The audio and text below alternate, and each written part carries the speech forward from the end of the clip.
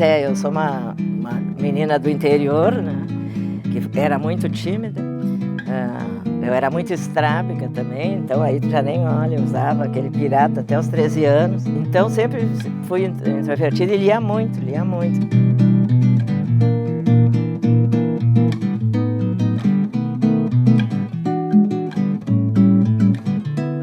E eu sinto que eu ajudei a escrever uma história do meu país, assim, sinto que ajudei nesse momento. E eu nunca quero deixar de ter a indignação, a capacidade de indignação.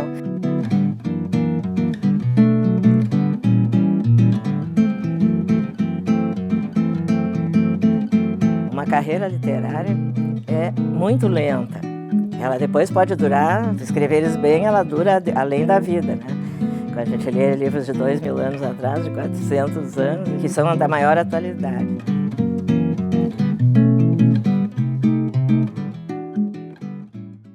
Eu me formei na URGS em 1968, em filosofia pura.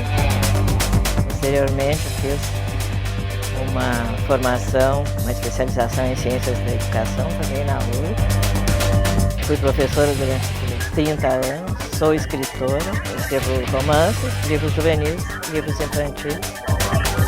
E o meu nome é Valesca de Assis.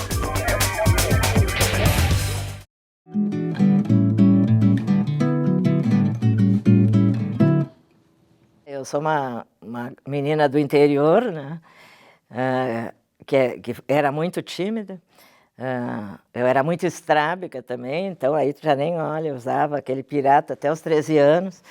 E então sempre fui introvertida e lia muito, lia muito. Embora naquela cidade não tivesse livraria, na primeira cidade onde eu morei mais anos, meus pais compravam, as irmãs paulinas iam 2 vezes por ano para as cidades do interior e vendiam livros. Então lia muito, lia muito, lia muito. Tinha uma fantasia imensa, assim. A minha família não queria que estudasse. Até para eu fazer o 2º grau, já foi difícil. O diretor do ginásio até falou com meu pai, tudo, porque eles achavam assim que para que gastar estudando se ia casar, né? Mais dia menos dia é casar. Não era um valor estudar, mas principalmente uma mulher estudar era um desperdício de dinheiro. Assim, quando eu quis fazer datilografia, também meus 2 irmãos puderam fazer, mas eu não pude fazer, porque não ia valer a pena. E eu datilografei as teses deles, as dissertações do que eles fizeram, porque eles já nem sabiam mais datilografar. Então, essas são pequenas coisas que são vitórias imensas.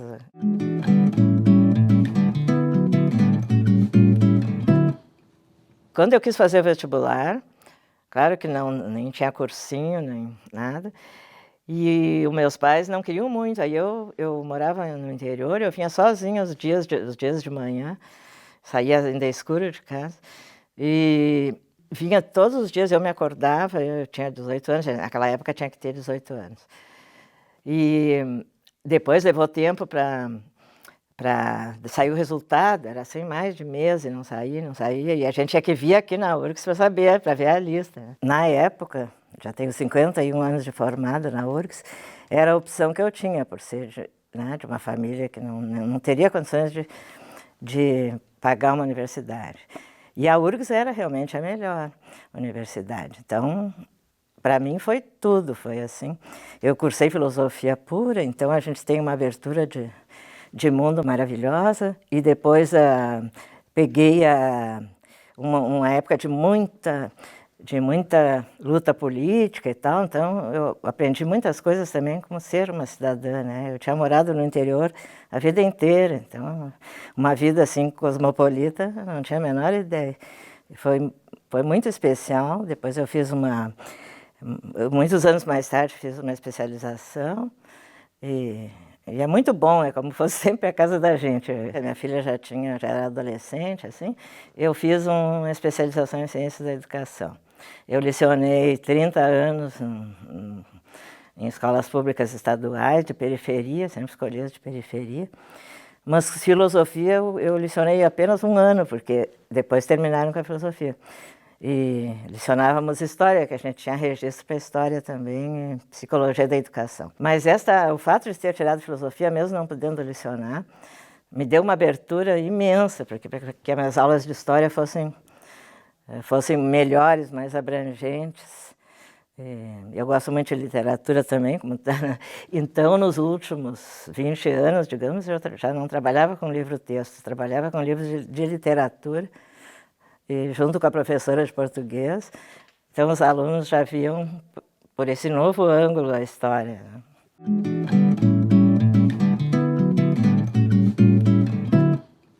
Quando eu era jovem, adolescente, eu escrevia muitas coisas, mas não ficava satisfeita com nenhuma, assim, né? Então, quando eu me mudei, eu botei tudo fora, e aí estudei e me dediquei, escrevi muitas coisas sobre o magistério, em jornais específicos do magistério. Mas sempre com aquela vontade, né, de escrever, mas achava que eu não tinha nenhum talento. Então, é porque realmente ou eu gostava do começo, eu não gostava do fim, não conseguia resolver bem as questões. Como eu li muito, a gente lia muito naquela época na universidade, mesmo no ensino médio, eu sabia que não estava bom. Aí, em 1985, em fins de 84, a PUC anunciou que ia abrir uma oficina literária. E por acaso é meu marido que dá aula. Então eu fiz a oficina, mas ele não era muito conhecido ainda, então eu fiz para dar uma observação pedagógica, assim, que ele tinha cursado Direito. Mas foi assim, tudo de bom para mim. A partir da segunda aula eu já não estava mais preocupada com a parte pedagógica, porque realmente ele é um professor maravilhoso.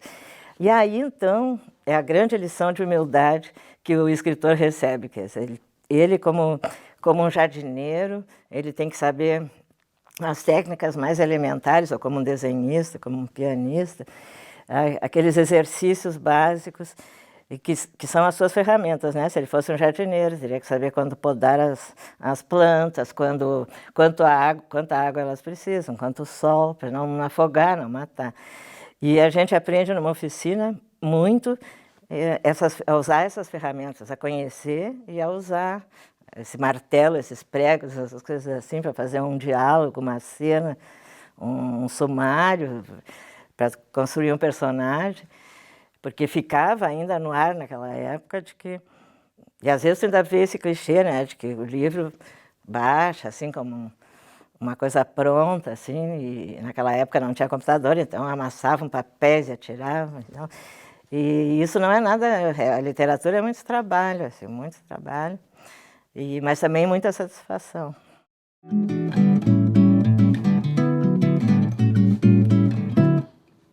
O meu primeiro livro, depois que eu fiz a oficina, a gente tinha que fazer no segundo semestre, naquela época, uma novela, né? E aquela, assim, não me agradou, nem agradou a pessoas que eu pedi para ler, mas já era um assunto histórico. Então, depois eu comecei a fazer uma outra novela, que foi a primeira que eu publiquei, A Valsa da Medusa, que tinha um grande conteúdo histórico, que é a colonização alemã no Vale do Rio Pardo, que é a região onde eu nasci. De início, eu tinha ido para pesquisar sobre a minha família, assim, no primeiro momento. Conheci um senhor, que eu nunca morei nessa cidade, eu nasci, mas conheci um senhor que era diretor da biblioteca e do arquivo, então cada 15 dias, no sábado, eu ia para lá pesquisar. Eu não achei nada da minha família,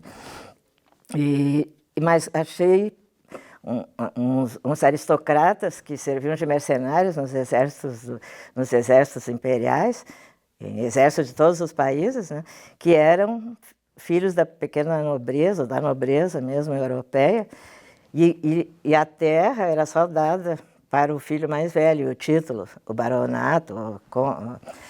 E os outros filhos homens todos não podiam trabalhar como um ser normal. Então, uns iam para a igreja, né, ser padres, e outros prestavam serviço militar, que ainda eram umas funções relativamente nobres. Então, esses homens, alguns deles que vieram para lutar contra os argentinos, chamados por Dom Pedro I ainda, depois por Dom Pedro II, mas primeiro por Dom Pedro I, que chamou alemães por causa da Imperatriz Leopoldina. E eles falavam diversas línguas, eles tocavam instrumentos, eles eram pessoas assim excepcionais, eram escritores, eram intelectuais. Eles ensinaram aos alemães, que eram a maioria analfabetos, os que vieram para cá, eles ensinaram a língua alemã, depois eles mostravam mais tarde um pouco, assim, eles mostravam como os alemães se queixavam muito, se queixam mesmo muito de tudo, que em vez deles se queixarem, eles deviam aceitar os seus direitos políticos, que depois de 4 anos eles tinham direitos políticos, votar, eleger deputados e tal. E foi quando depois começaram a ser eleitos os primeiros deputados, é que houve um grande desenvolvimento industrial, inclusive no Estado, né? E é muito interessante, porque eu ficava imaginando essas pessoas que ficaram por aqui, porque eles podiam voltar ou ganhar terras aqui. O que seria, porque era como... Para os colonos era uma viagem sem volta, né? Ir para a Lua sem passagem de volta. Eles poderiam voltar, por que eles teriam ficado? Isso aí fecha todas, né? Mas depois desse livro, eu tive uma crítica relativamente boa, mas um crítico muito da época, muito interessante. Ele me escreveu e disse que eu estava muito apoiada ainda na Bengala da História, né? E como ele era uma pessoa a ser considerada, e que ele via um potencial de eu fazer uns livros mais intimistas, assim. Então eu fui gradativamente chegando a um livro, uma escrita mais intimista, mas sempre fazendo quase que uma história do Rio Grande do Sul para mim, né?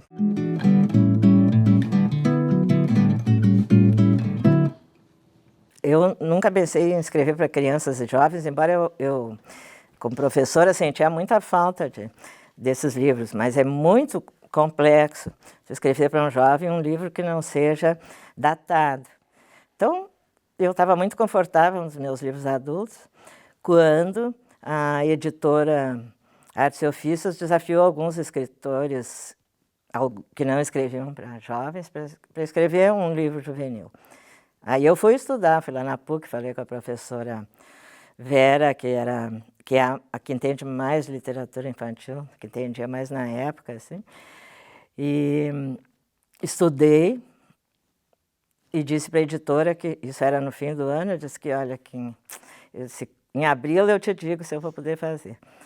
E em abril, no dia 10 de abril, ela conseguir fazer.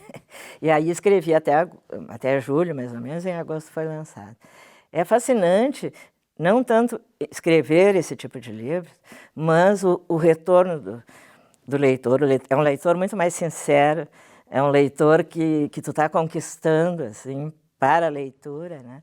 É uma satisfação muito grande. Aí, mais tarde, quando me pediram um infantil, foi mais difícil ainda. Eu acho assim que foi quando eu precisei usar mais técnica, porque o livro infantil tu tem que retroceder, digamos, nos esquemas mentais, assim, né? E também tu não pode fazer um livro simplório, porque a criança merece um livro muito bonito que os adultos achem muito bom também, né? Que passa pela crítica dos adultos, mas que a criança possa entender também todo o enredo, enfim, e completar a história, tem que ter um subtexto também. Então, assim, eu considero para mim uma vitória técnica.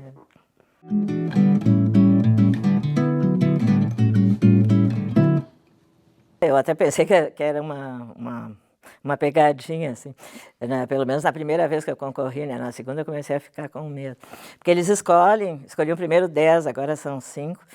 E numa vez, quando o presidente da Câmara me ligou, eu até digo, tá brincando comigo. Porque eu comecei muito tarde. O meu primeiro livro eu publiquei aos 45 anos. Uma carreira literária é muito lenta. Ela depois pode durar, se tu escreveres bem, ela dura além da vida, né? Quando a gente lê livros de 2000 anos atrás, de 400 anos, que são da maior atualidade. E aí, na segunda vez que eu fui... Na primeira vez, então, fui com a certeza de que não seria escolhido. Aí até foi o Dilão escolhido. E na segunda vez que eu fui chamada, que eu fiquei entre os 5, todos eram muito mais jovens do que eu. os rapazes, enfim, que escrevem literatura infantil, que eu espero que esse ano seja alguém da literatura infantil, né? Eu tive um certo medo de ser. Eu estava assim, com medo de não corresponder, porque eu realmente sou uma pessoa... Sim, a gente leva uma vida muito discreta, porque tu não pode fazer uma grande vida social, tu escreve, trabalha. Mas assim, na hora que eu fui escolhida, eu até disse no meu discurso de posse, me deu uma grande coragem. Eu voltei aos tempos da URGS e tal, quando a gente ia em passeatas até o centro, de lá soltavam, a brigada soltava os soldados a cavalo e tal. E eu sinto que eu ajudei a escrever uma história do meu país, assim, sinto que ajudei nesse momento. E sabe que tinha, ela tem 64 edições da feira, né? Já teve 64 edições. A primeira mulher foi a Maria de Norá. Né? Depois disso vieram algumas, assim, mas de vez em quando e tal. E agora, quando foi a Cíntia já é uma da turma jovem, assim, foi aluna da mesma oficina, mais anos que eu fiz, mais anos depois e tal. E então, eu digo, pode ser e pode não ser, porque não vão botar duas mulheres, assim, e tal. No fim foi depois uma terceira, que eu passei para Maria Carpe, né? E eu também estava dizendo que isso me renovou, assim, no sentido de quase que voltar ao meu tempo de estudante, assim, coisas que pareciam perdidas. Uma das coisas da passagem do tempo na vida da gente é uma certa desilusão, assim, e eu nunca quero deixar de ter a indignação, a capacidade de indignação. Então, isso para mim voltou muito, muito, muito. Meu discurso foi num momento bem corajoso mesmo, estavam fazendo um protesto ali. Eles não imaginam, às vezes, como a Feira do Livro é uma coisa importante, né? Foi uma feira de resistência, porque também não tinha patrocinadores, mas foi uma feira maravilhosa, assim, muito, muito, muito bonita. E isso é o maior prêmio que um autor gaúcho pode receber, porque é só um por ano, né? Então...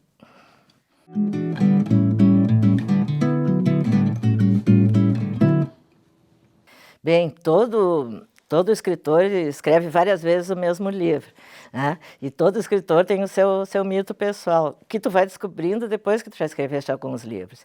Então, todos os meus livros, mesmo o infantil, ele fala sobre direitos e sobre questões de questões sociais, né? Claro, entre um gato e um cachorro, com toda a sutileza, mas fala nisso. E eu ainda não sei como explicar, e não consigo aceitar, não consigo não pensar de ajudar a resolver das diferenças sociais que existem em nosso país e em outros países do terceiro mundo. Então, isso para mim é uma coisa inexplicável. Então, sempre isso está presente, seja na relação mais de casal, como foi nesse último livro, né? Esse último livro novo, que o último mesmo foi uma segunda edição, sempre está essa questão dos direitos, porque a gente, vamos dizer, eu tenho assim a felicidade de ter ajudado também nesse lado feminino, né? E vivendo num mundo onde, por exemplo, meu pai não sabia onde ficavam os copos para pedir um copo d'água, quer dizer, os maridos era mais ou menos isso. E eu vejo assim que hoje mudou muito, muito, muito. E acho que para os rapazes, para os homens, foi mais difícil do que para nós, até, digamos assim, né? Porque eles talvez não estivessem preparados para receber essa carga de divisão, de tarefas, de pensar junto. Mas eu vejo assim já a minha filha assim tem um marido maravilhoso que divide tudo com ela e que é o que como eu sempre achei que tinha que ser, né? Então a gente vê assim, vê melhorando sempre, é muito bom. A vida tem um sentido, um sentido bom mesmo que vale a pena. Tenho que reafirmar, porque as mulheres têm muitos sentimentos de culpa. Então, mesmo eu, que já escrevo há quase 30 anos, se tem sol ali na rua, eu penso assim, coisas que as mulheres são condicionadas desde as cavernas, quase, eu tenho que lavar roupa, que está aproveitar o sol, ou qualquer coisa assim. Isso sempre vem numa mulher, esse sentimento de culpa. Então, que tentem dominar isso, e que se quiserem escrever, homens ou mulheres, não pode dar para a literatura o fim da noite, assim. A literatura é muito exigente, ela exige o teu melhor e não é a tua última gota, né? E talvez eu quisesse dizer agora, nesse momento, que as pessoas se unam um pouco mais, porque nenhum movimento sai isolado, nenhum progresso é isolado. Então, sinto que as pessoas estão assim muito separadas e se unam tanto na família como socialmente, nos movimentos sociais, né? Porque a gente é forte quando é muito, quando somos muitos, né?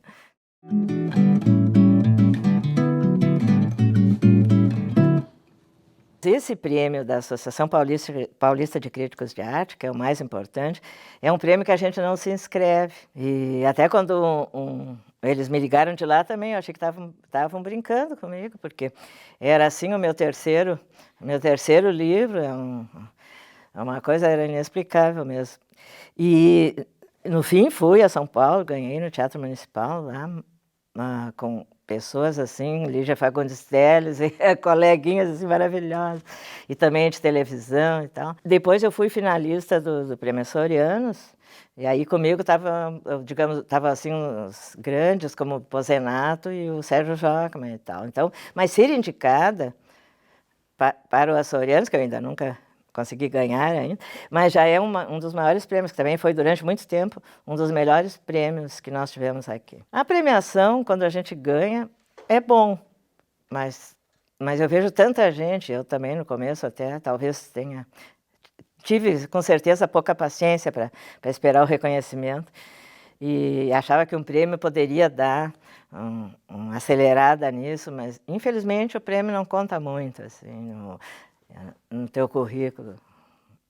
É uma alegria, mas não é fundamental para a pessoa escrever bem.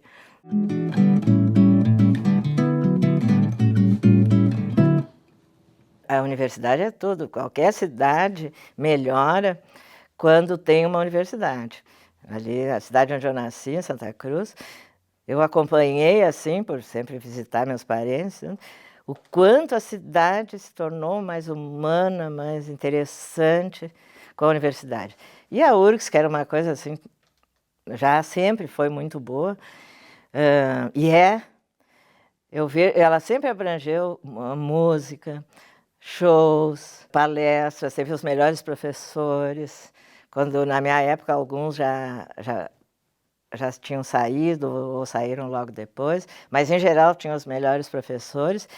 E a gente tinha o espaço do centro acadêmico, o Bar do Antônio ali também, era assim, um lugar em que muitos do direito, da medicina, tudo, da química, vinham todos ali, e a gente discutia bastante. Foi assim, eu não seria quem eu sou hoje, talvez, se eu não tivesse estudado numa universidade tão liberal e que eu vejo que ela continua dando o espaço do aluno, o espaço das artes, né?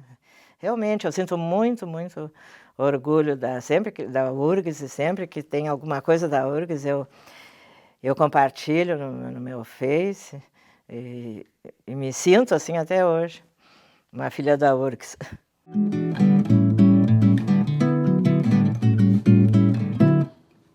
Há uma diferença entre tu ler e comprar livros, né? E o livro está ficando impossível de comprar, baixou 25% o número de compras de livros, porque as grandes livrarias quebraram, não pagaram as editoras, é uma crise total. Mas, através do que tem nas bibliotecas, ou até e-books, que são mais baratos, as pessoas estão lendo bastante, os jovens estão lendo bastante, mesmo na internet, a internet facilitou muito para a leitura. E claro que não são todos os jovens, mas os jovens que vão estar nessa universidade, com certeza. Se não estão lendo antes, lerão quando chegarem aqui, né? Então, nós, assim que somos mais velhos, não podemos dizer ninguém mais ler nada. É uma outra linguagem, é um outro momento, né? As pessoas escrevem nos seus blogs e os outros leem, há uma interação. A rede social é muito poderosa para o bem e para o mal, mas nós vamos aprendendo a lidar com ela, né? Então, e a literatura, ela tem assim uma grande importância, principalmente para o público jovem, num primeiro momento, de primeiro saber quem é, que é definir-se como sou um gaúcho de Porto Alegre, estou estudando em tal lugar, os meus valores, eu sou da região alemã, da região italiana, né, sou judeu, e então eu entender o meu país, a minha cultura particular de raça, digamos assim. E quando então eu tenho certeza de quem eu sou, porque as pessoas às vezes nem sabem, as pessoas que se deixam influenciar muito, que assumem